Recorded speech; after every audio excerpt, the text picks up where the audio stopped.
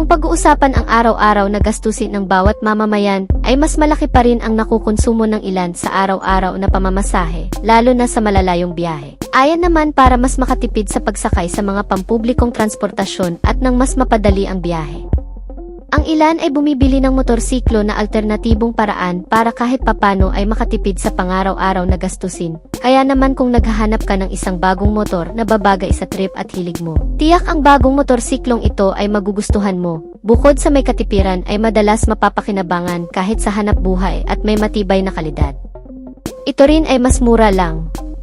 Mula sa Honda brand ang bagong modelo na kalalabas lang din, ang praktikal na katangian na nilalaman nito, kasama ng kabuang presyo, yan ang aalamin natin. Pero bago yan syempre, kung bago ka pa lamang sa aking channel, baka naman kapatid pakiclick ang subscribe button, pati na rin ang notification bell icon, para lagi kang updated sa ating motorcycle news and reviews. Maraming salamat po.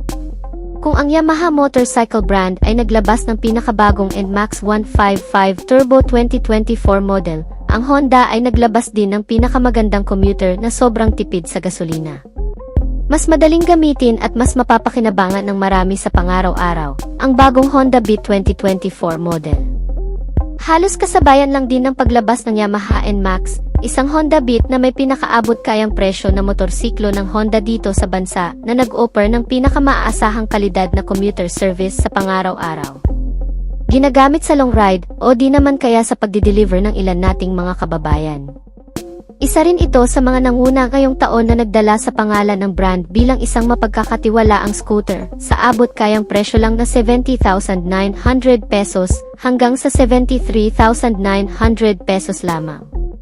Itong Honda Beat na previous model na narito sa bansa ay inilabas lamang din noong nakaraang taon sa bagong bersyon nito na may bagong hugis na disenyo, mga nilalaman sa features at bagong mga katangian sa makina. Pero hindi pa man masyadong na-enjoy ng marami ang 2023 model ng Beat, ay naglabas na naman muli ng panibagong bersyon nito ngayong buwan lamang ng taong kasalukuyan. Ang Honda Beat Street Naked Handlebar na pang dual sports na ang datingan at alam na siguro ng karamihan ang magiging katapat ng motorsiklong ito once na dumating na ito dito sa Pilipinas. Walang iba kundi ang kaparehong Japanese motorcycle brand na Suzuki Skydrive Crossover. Well, kung pag-uusapan kasi ang disenyo ng bawat isa, halatang pareho kasi ang pinaninindigang postura nito sa aktwal na isang scooter na para sa city na pwedeng gamitin sa labas ng kalsada o sa kahit anumang terrain. Gaya nitong Honda Beat na minana ang pagiging adventurous looking mula sa isang sikat na dual sport adventure scooter na Honda ID V160. Ang katangian nito na agaw pansin, katulad ng pagkakaroon ng naked handlebar, malalapad na sukat ng mga gulong at parang mas flexible sa bagong estilo nito ngayon. Mula sa previous model na narito na sa bansa ay mas lumapad daw itong bagong modelo sa dimension. Medyo naiba rin ng kaunti ang lighting system nito sa headlamp at daytime running light, kasama ang mga sporty graphics na nakadikit sa bawat pairings at side-to-side profile nito. Magmula sa makina, itong bagong Honda Beat na naked handlebar ay pinapagana ng isang 109 cubic centimeter displacement capacity, naka 4-stroke, single cylinder, with 2 valves at naka-air-cooled pa ang cooling system. Naka-single overhead camshaft na rin ito na may Euro 3 compliance ang emisyon. Meron itong boring stroke size na 47 by 63.1 mm, habang ang compression ratio nito ay 10.0:1.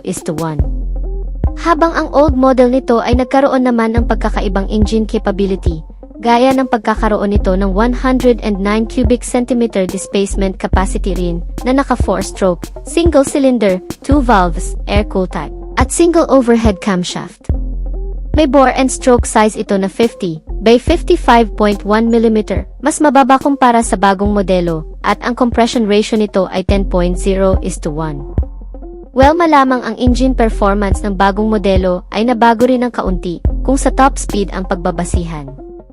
Pagdating naman sa transmission type, ang parehong modelo ng Honda Beat New Generation at ng previous model ay nakakuha ng CVT type na klase ng transmission na may variable gear shifting. Ngunit pagdating sa performance output ay mas nakalamang na raw ang bagong modelo ngayon na gumagawa ng pinakamalakas na maximum output na 8.89 horsepower sa kada 7,500 revolution per minute.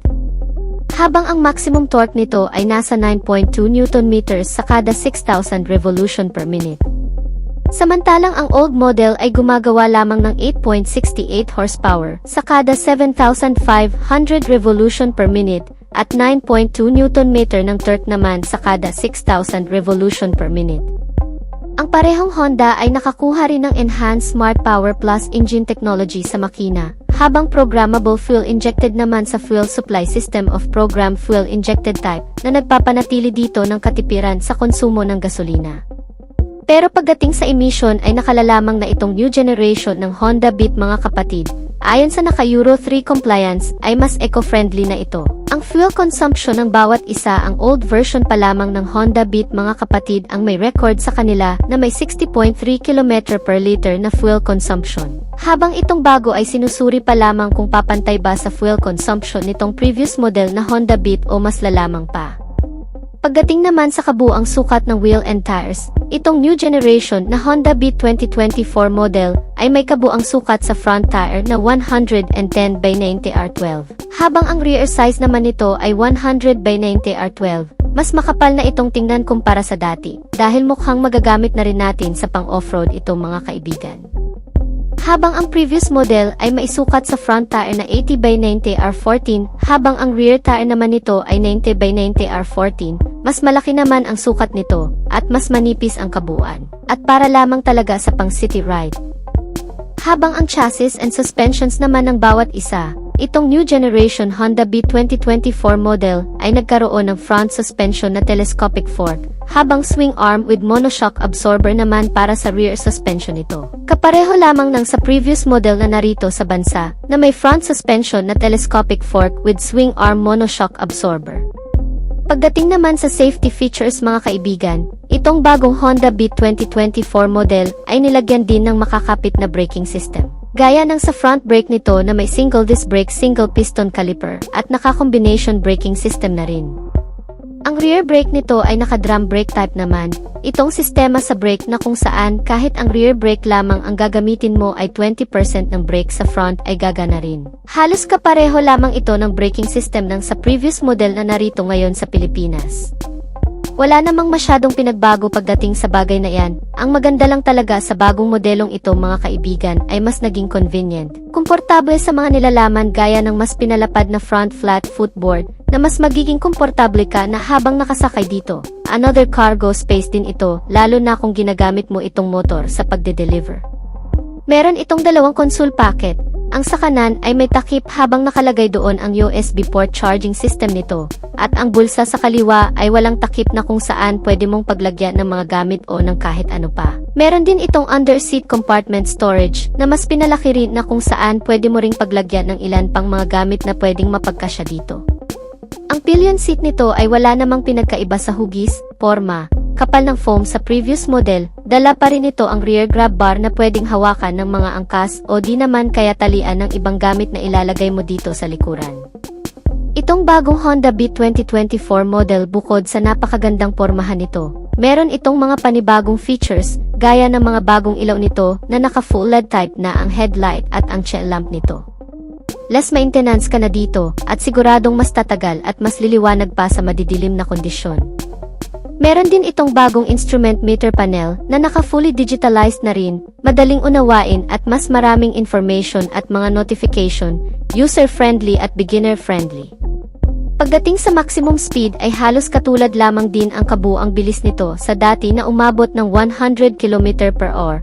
Well, yan naman ang mas magugustuhan dito ng marami. Dahil kahit hindi ganoon kalakas at kabilis itong modelo ay marami pa ring tumatangkilik. Di naman kasi kailangan ng iba ng mas mabilis, ang maganda lamang ay mas matibay, mas tatagal at mas titipid sa fuel. Meron itong USB charging system na fast charging, magagamit ng ilang mamamayan na ginagamit itong motor pa ang hanap buhay gaya ng delivery rider. Pagdating naman sa kabuang dimension, ito rin talaga ay nagbago ngayon pagdating sa new generation na Honda Beat 2024 model. Ito ay may kabuang haba ngayon na 186.8 cm. May lapad dito ngayon na 74.5 cm at kabuang taas na 105.8 cm. May ground clearance ito na 14.8 at kabuang bigat na mas magaan kumpara sa dati na umaabot lamang ng 89 kg. May setting height ito na 74 cm. May ground clearance ito na 14.8 cm. Meron pang mga ilang aspekto itong bagong modelo at previous model na magkapareho din, gaya ng pagkakaroon nito ng safety feature. Itong new generation at old model ay nakakuha ng parehong shutter lock system sa ignition nito, para nang sa ganoon ay hindi basta-bastang mabuksan, makarnap o magalaw ng kahit na sino ang ignition at mapagana itong motor. Sinamahan din ng pass switch, engine check warning para ma-alert tayo sa mga kondisyon ng makina nito kung dapat na bang dalhin sa pinakamalapit na service center. Ang ilan pang pagkakapareho sa mga features nitong bagong modelo at previous model na Honda Beat ay ang pagkaroon ng engine starting system na electric push start at kick starting. Meron din itong side stand engine kill switch na kung saan kusang namamatay ang makina kapag binaba mo na ang side stand nito. Pagdating naman sa fuel tank capacity, itong bagong Honda Beat 2024 model ay nagkaroon ng mas malaking fuel tank na may 4.2 liters. Habang ang previous model na Honda Beat na nasa Philippine market ngayon ay meron lamang 4 liters na fuel tank capacity. Well, medyo maliit lang naman ang diferensya. Ang mahalaga pa rin dyan ay ang katipiran sa pagkonsumo ng bawat isa. Pagdating naman sa pinakaimportanteng parte, ang kabuuang presyo nito. Ang previous model ng Honda Beat 2023 model ay nagkakahalaga dito sa Philippine market ng 70,900 pesos hanggang sa 73,900 pesos dito sa bansa.